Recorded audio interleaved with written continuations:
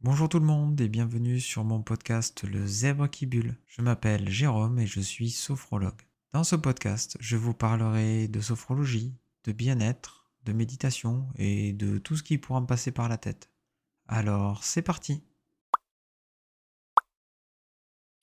Aujourd'hui, je vais vous parler d'un constat que j'ai pu faire. En effet, au fil des discussions et des personnes rencontrées pratiquant la sophrologie ou qui allaient commencer un travail sur eux-mêmes via la sophrologie, j'ai pu constater qu'il y avait des paroles qui revenaient souvent. Des paroles comme par exemple je n'ai pas le temps pour refaire les exercices à la maison, ou bien je suis trop fatigué, ou bien j'ai peur de perdre le contrôle, ou peur de pleurer. Alors je me suis posé la question, pourquoi ces paroles reviennent-elles aussi souvent? Eh bien, j'ai creusé la question en leur posant la question tout simplement.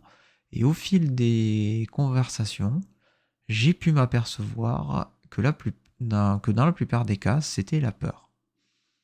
Alors oui, oui, la peur de se reconnecter à soi-même, la peur de se confronter à ses émotions, la peur de se retrouver.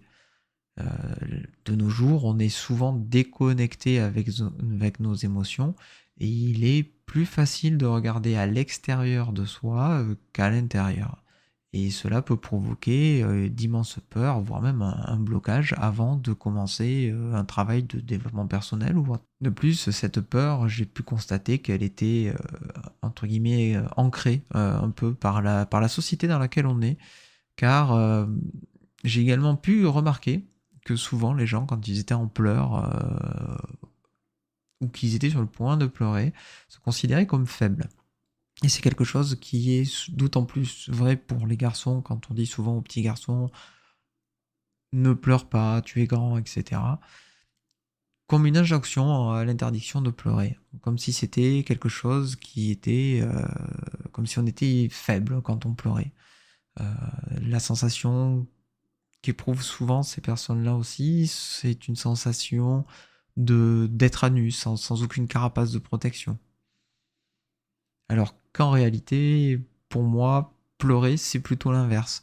C'est plutôt une force. Ça a des bienfaits sur l'organisme et aussi sur le mental. Par exemple, pleurer, il faut savoir que c'est un mécanisme qui permet d'évacuer une trop grande douleur, qu'elle soit psychologique ou physique, une douleur ressentie, c'est un moyen de l'exprimer. Ça permet également au corps de pouvoir réduire son stress, de pouvoir calmer son anxiété, et puis ça soulage, on va être honnête, on se sent complètement vidé après avoir pleuré.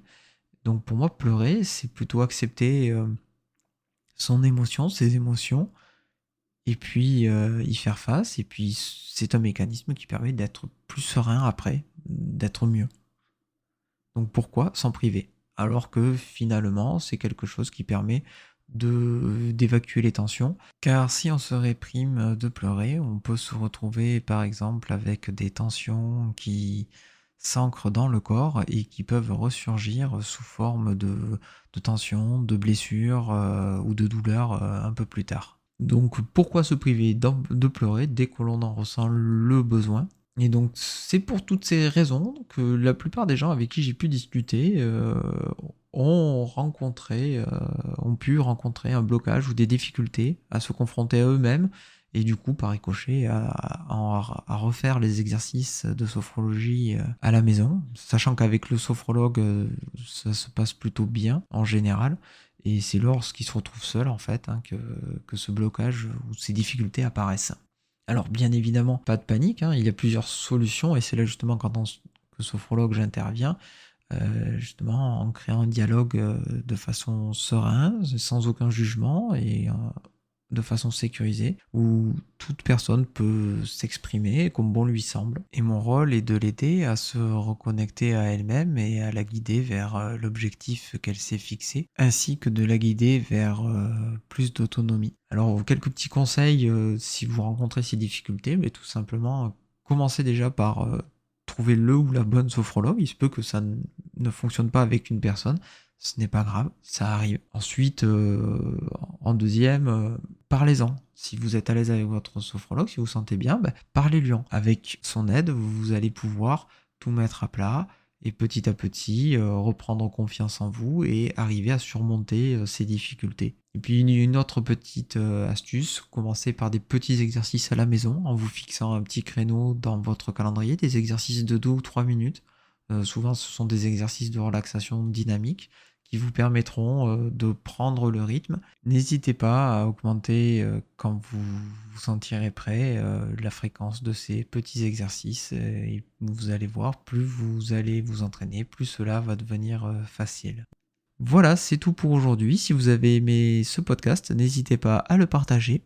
Vous pouvez me retrouver sur Instagram et Pinterest. N'hésitez pas à me contacter si vous avez des questions ou des commentaires, que ce soit en message personnel ou par mail.